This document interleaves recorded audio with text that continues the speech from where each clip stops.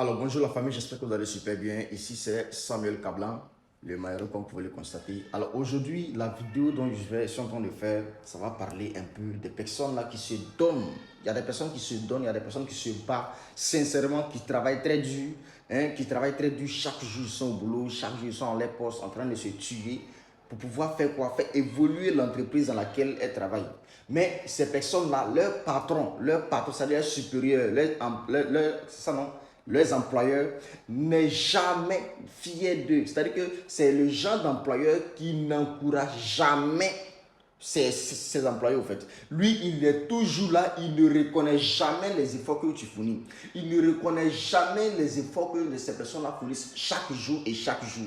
Et tu vas voir, au fur et à mesure que ces employés-là essaient toujours de donner le plus, le meilleur d'eux-mêmes, et que cela n'est pas, comment dire, je ne dis même pas récompensé, cela n'est pas reconnu du côté du patron, ça décourage, ça casse le moral de toutes ces personnes-là qui traversent cette situation-là. Et je suis aujourd'hui en train de m'adresser à tous ces patrons. Vous pensez que vous êtes qui au juste? Vous n'êtes personne.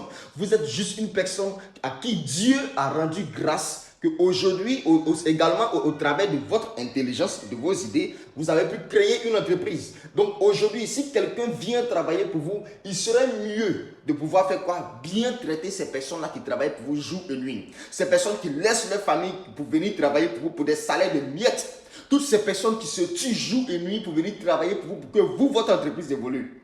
Mais aujourd'hui, vous n'êtes pas reconnaissant, vous n'êtes même pas encourageant, vous n'êtes même pas motivant vis-à-vis de ces personnes.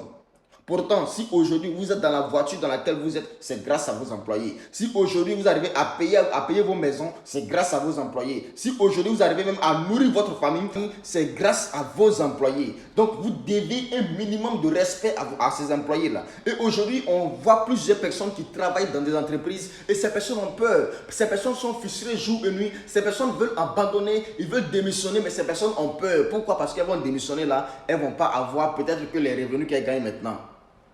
Donc, ces personnes-là décident d'accepter ces revenus-là, ces revenus de frustration-là, comme ça. Alors, à un certain moment, il faut que ça cesse. Parce que moi aussi, je vais vous dire, à vous, ces employés, plus vous acceptez ces frustrations, parce que souvent, quand tu es assis quelque part, tu es assis sur ton opportunité, tu es assis comment dirais-je, tu es assis sur ta victoire, en fait. Souvent, il faut dire non quelque part pour pouvoir trouver mieux quelque part. Donc, si tu as peur de prendre le risque de dire à ton patron, à ce patron qui se fout de toi, là, de lui dire que où tu es, toi, tu ne peux plus continuer dans ça, que toi, tu vas démissionner si vraiment les choses ne changent pas de lui, son côté. Alors, si tu as peur de prendre ces risques-là, il faut te dire que tu vas toujours te retrouver dans les salaires de 50 000, dans les salaires de 20 000 francs, de 30 000 francs, de 100 000 francs, de 200 000 francs, ce sont des miettes. Alors, quand tu fais un travail, il va falloir que ça soit reconnu, il va falloir qu'on t'encourage, il va falloir qu'on te motive. L'homme a besoin de ça pour vivre. Et je vais vous raconter cette histoire. Il y a un patron qui, lui, quand il se réveille le matin, les gens des patrons, quand ils se réveillent le matin, quand ils arrivent dans leur entreprise, ils ne saluent personne. Lui, quand il arrive, il prend son sac et puis dépose dans son bureau. Plus personne dans son bureau ou dans son entreprise n'est comme lui, n'est égal à lui. Donc lui, quand il vient, il ne salue personne. Ce sont les employés là qui doivent venir, oui, bonjour patron, bonjour patron, bonjour patron, bonjour patron. Pendant que lui-même, il est venu les trouver. Ça s'appelle le manque de respect. Et il y a un patron qui, lui, c'était son comportement. Et donc, un jour, il était tellement compliqué envers ses employés qu'un jour, l'un de ses employés a eu une situation dans laquelle sa fille devait se faire opérer.